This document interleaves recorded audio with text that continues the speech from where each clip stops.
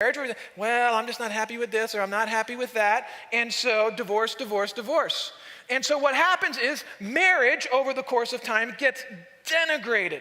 The value of marriage gets denigrated.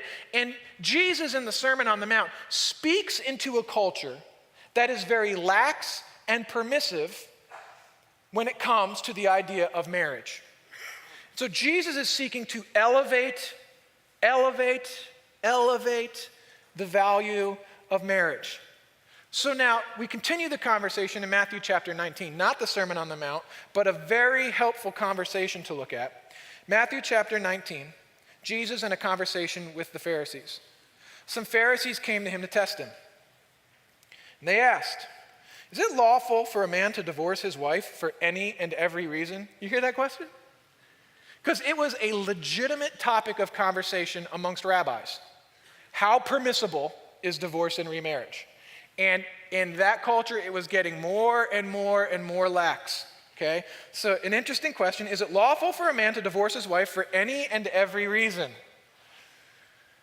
They ask a question about Deuteronomy chapter 24. Jesus does not give an answer from Deuteronomy chapter 24. Jesus goes to creation. Jesus goes to God's original intention for marriage to answer their question. He says, haven't you read that at the beginning the Creator made them male and female and said, for this reason a man will leave his father and mother and be united to his wife, and the two will become one flesh. So they are no longer two, but one flesh. Therefore, what God has joined together, let no one separate.